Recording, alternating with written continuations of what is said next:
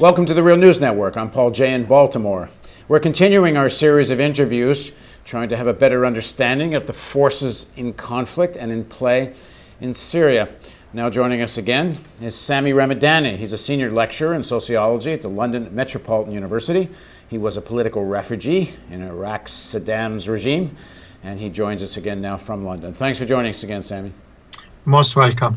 So again, if you haven't watched the previous parts, well, you should, because we're just going to pick up the conversation. So let's start with Russia and then China, but Russia's certainly more at play here.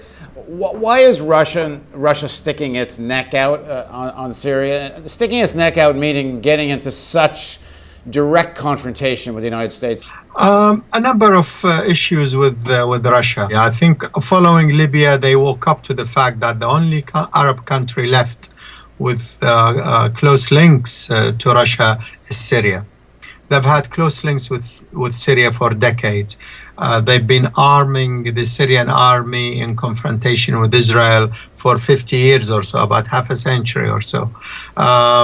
They have a military base in Tartus, the only Russian military base in the Mediterranean. Admittedly, it's a small base, nothing like what the U.S. has in the region, but it's a base where Russian ships can refuel and so forth. It's a facility, a presence in the Mediterranean.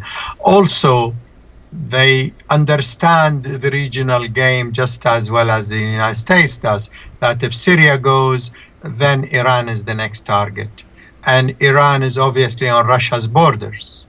And Iran is a very strategic ally today of Russia in terms of geopolitics of the entire world, not just the region.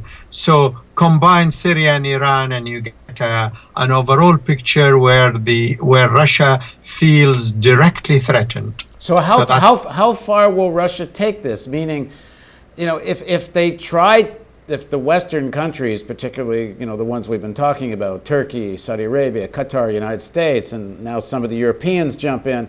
I mean, if they decide to intervene without a UN resolution, and I don't know if they would, but perhaps, how far does Russia go in the sense that do they continue to support Syria in a direct armed conflict with the West? And then where does that lead? Well, I take a pessimistic view that this thing could 5 years, 10 years down the line lead to a world war. Because if Iran gets attacked in this conflagration, then who says that Russia will not intervene, or China as well? So you are talking about a very dangerous world today, unfortunately, Paul. And one of the reasons I say this is that we also have a world capitalist economic crisis. The world capitalist economy, including the US economy, is in deep crisis. And if we study history and look at history, deep economic crises lead to wars.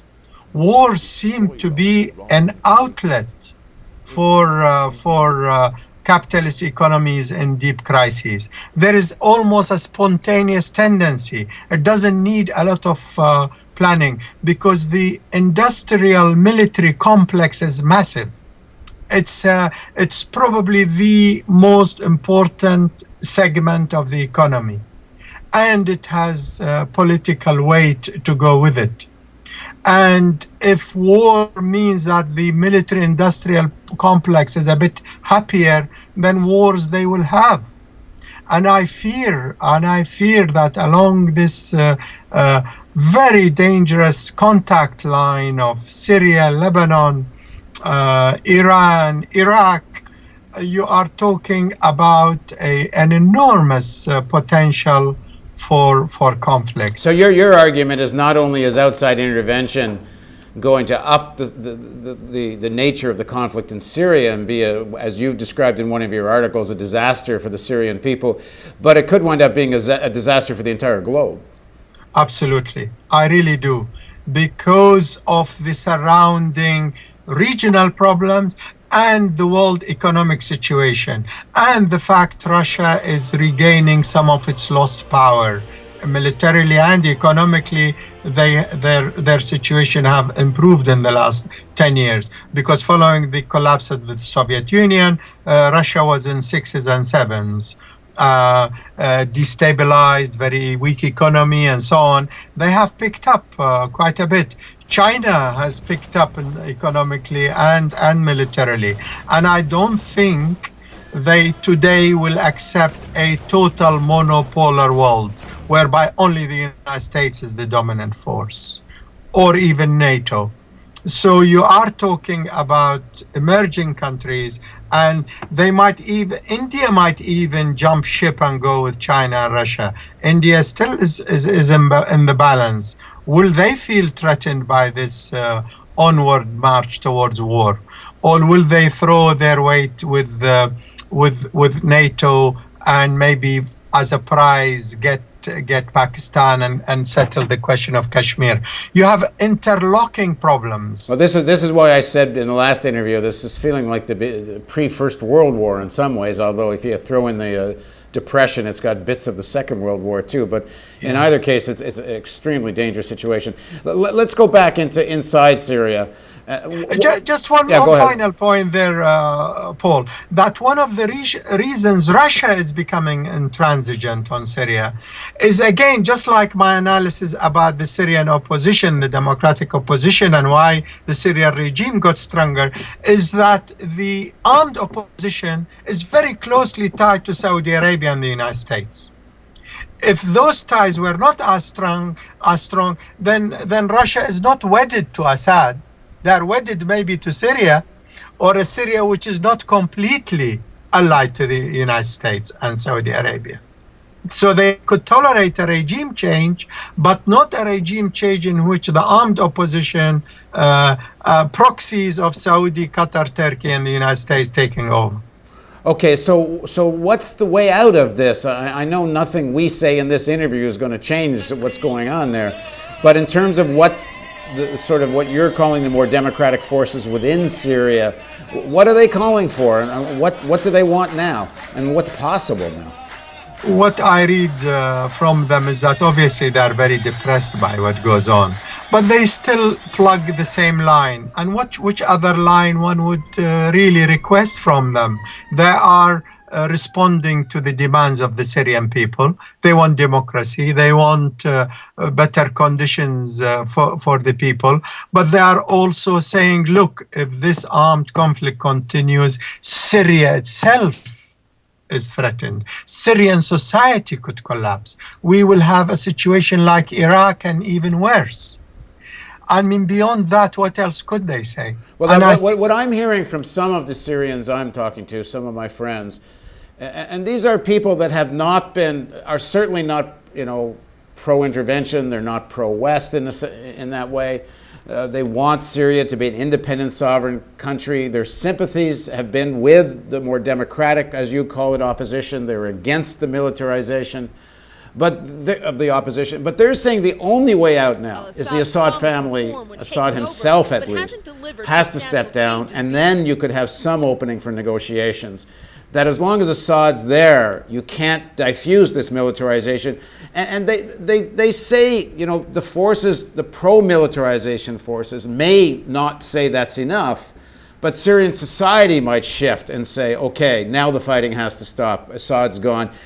Sort of what happened in Egypt, even though, of course, a lot of people will be critical of what happened there because you wind up having Mubarakism without Mubarak, but still that's not quite necessarily analogous in Syria. Anyway, the point is should people be calling for against intervention and for Assad to step down? Well, you see, the thing is that I do not think that the problem is just Assad. Assad is a symbol. And what is happening is that because of the armed opposition wanting the entire regime to go, then people, the elites around the regime, will not let Assad go, even if he wants to go, if you see what I mean.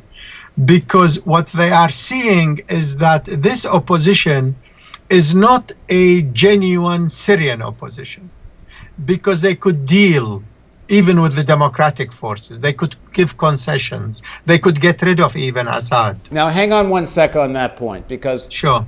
I've talked to journalists who have been there, and again, they see a slice of what life is there, but they've talked to lots of members of the opposition, including those involved in the fighting. And they say that many of the fighters are not this sort of hardcore Islamists. They're not just the Syrian National Army connected to the Saudis. That there's a lot of indigenous, ordinary people involved in the fighting, and they're not just you can't characterize them as not genuinely Syrian. No, I wouldn't dispute that, by the way. I was trying to refer to the main military force. Okay. The people who are being armed with night vision sniper rifles, NATO. The people who are being armed with anti-tank rockets. And we're hearing today they're getting the equivalent of Stinger missiles now. Apparently they got 20, 30 missiles that can fire and bring down helicopters. Absolutely, exactly what the United States did in Afghanistan with the Mujahideen against the Soviet forces, if you remember. Because I think it is important to distinguish, though, that not all the fighters involved in armed struggle are those people you're talking about. I think those who are going on the offensive are mainly foreign-backed. But there are fighters who defend their families, who are more defensive in posture. And the democratic forces in Syria, I read their literature, they do refer to such people. They say, we know people who are armed, but they are armed to defend their neighborhoods or their families. They do not go on offensives. They do not launch operations suddenly in Damascus or Aleppo. Okay. So they make a distinction. These forces which are going on the offensive, trying to occupy neighborhoods and occupy cities, they want to occupy Aleppo because Aleppo is only 25, let me get this right, about 25 miles from the Turkish border. Very close.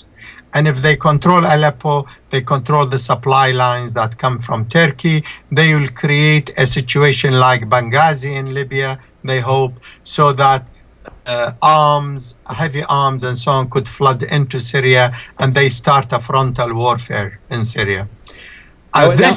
This agenda is a foreign agenda, as not a Syrian people's agenda. Now, if there is to be armed intervention, is the force that it most likely would be to be Turks? It's hard to see I guess the Americans, but it's hard to see in an election year Obama's going to bite off another war, a ground war here.